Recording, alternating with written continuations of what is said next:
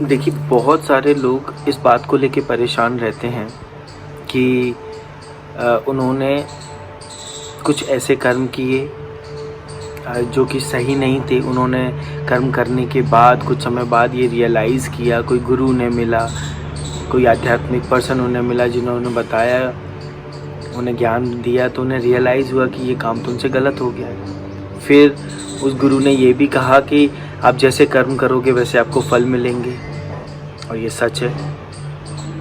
जो जैसा कर्म करेगा उसे वैसा उसी अनुपात में फल भी मिलेगा। तो इस बात को रियलाइज़ करने के बाद वो लोग बहुत परेशान हो जाते हैं कि अब क्या करें, गलती तो हो गई, तो अब उसका फल मिलेगा, और उससे डरे रहते हैं, कष्ट में रहते हैं, जीवन को जी नहीं पाते। तो उसी के लिए मैंने वीडियो बनाया है। देखिए, कर्म का फल मिलना तो तय है, लेकिन कुछ परिस्थितियाँ ऐसी होती हैं कि अगर वो उस तरह से एक्ट करे तो कर्म फल से मुक्त हो सकता है। जी हाँ, आध्यात्म उसी में से एक है। मैं इसको दूसरी तरह से समझाता हूँ। देखिए, एक बॉल है आपके पास, आप दीवार पे उसे खींच के मारते हैं तो क्या होगा? बॉल जाएगी, वापस आके आपसे टकराएगी। तो आपने वो कर्म किया, उसका रिजल्ट ये होगा। जस्ट इमेजिन कि आप वहाँ से जब आपने बॉल थ्रो की और जगह से हट गए तो बॉल आपसे नहीं टकराएगी। ठीक है, मैं कहना ये चाहता हूँ कि व्यक्ति अगर जिस भाव दशा में, जिस मनोदशा में, जिस स्थिति में जो कर्म करता है, जिसका उसे रिजल्ट मिलता है, अगर वो स्वयं को परिवर्तित कर ले, वो जिस भाव दशा में उसने ये कर्म किया था वैसा ना रह जाए, वो उस स्थिति से अलग हो जाए, ऊपर उठ जाए, तो वो कर्म के वो फल उसे नहीं मिलेंगे, क्योंकि अब वो व्यक्ति रहा ही नहीं जिसने वो काम किया था। इसे, ये बारीक चीजें से समझने की कोशिश कीजिएगा,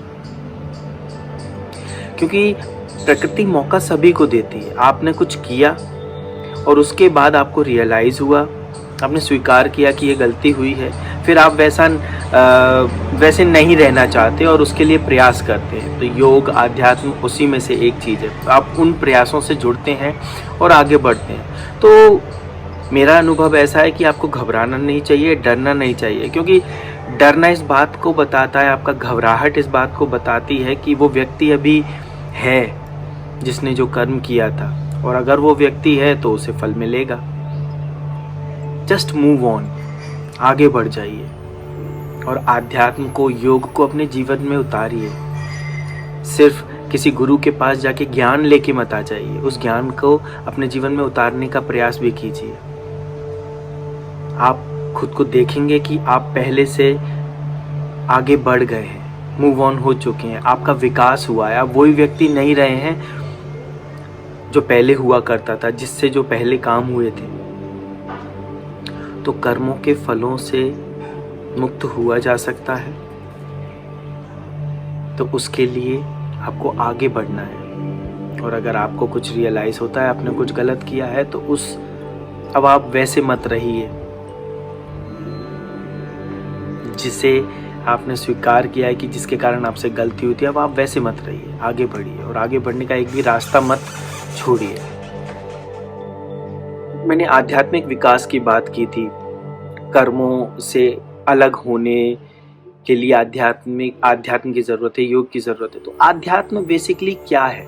आध्यात्म बेसिकली दुनिया पे फोकस छोड़ के खुद पे फोकस करना है, खुद का एनालिसिस करना है कि खुद में क्या क्या कमियां हैं। वो सारी चीज़ें जिनके बारे में आप स्वयं से झूठ नहीं बोल पा रहे हैं, उन चीज़ों को समझना है, उनको बेहतर करना है। अपनी कमियों को, अपनी अच्छाइयों को, जिनको आप बढ़ा नहीं पा रहे हो, उन अच्छाइयों को एनहेंस करना है, ताकि जीवन में न केवल आपकी वैल्यूज़ बढ़े, आप खुशी से रह सकें, आप बेहतर जीवन बिता सकें, बल्कि आपके आसपास का माहौल ऐसा हो जाए कि जो व्यक्ति आपके साथ है, आपके संपर्क में है, उन पे भी ये सुंदर सी बौछार सावन की उन पे भी पड़े। तो आध्यात्मिक दिशा में बढ़ने का प्रयास का मतलब सिर्फ इतना ही है कि हमें स्वयं पे काम करना है, ना कि दूसरों में गलतियां निकालनी है। तो कर्म के सिद्धांत के साथ साथ आध्यात्म से रिलेटेड एक और बात यह है कि हम जीवन में जो भी करते हैं उसके लिए सिर्फ और सिर्फ हम ही जिम्मेदार होते हैं और कोई नहीं होता। तो जब हम, अगर आपको चेक करना है आप रियल सेंस में आध्यात्मिक हो गए हैं, सही दिशा में जा रहे हैं, तो आप ये समझिएगा, आपकी ये कसौटी रखिएगा कि अब आपको दूसरों में गलती नहीं दिखती। आपको ये लगती है कि मैं क्या करूं खुद के साथ ताकि मैं इन परेशानियों से दूर हो सकूं। दूसरों में कमियां ना दिखें, आपको स्वयं में दिखने लगे, और स्वयं में जो कमियां दिखें उन कमियों पे आप काम करें और आगे बढ़ सकें। Moving on is the key. किसी भी चीज को छोड़ नहीं देना है पीछे कि जस्ट उसे अधूरा छोड़ दिया, नहीं, उस चीज को एनालाइज करें, उन परिस्थितियों को समझें, खुद की कमियों को सामने रखें खुद के सामने, फिर उन पे काम करते हुए आगे बढ़ें। और इसमें आपके गुरु, आध्यात्मिक साथी, आध्यात्मिक ज्ञान आपकी मदद करेगा। इससे रिलेटेड अगर आपके कोई भी क्वेश्चन है तो विश्वास रखिए मैं आपकी इसमें कुछ मदद कर सकता हूँ। इफ नॉट ऑल, मतलब अगर सारी मदद नहीं भी कर सकता हूँ, आपके सारे क्वेश्चंस के आंसर नहीं भी दे सकता हूँ, तो आपके कुछ क्वेश्चंस के आंसर मैं दे सकता हूँ। Ask me. शुभम भवतु। ओम नमः शिवाय।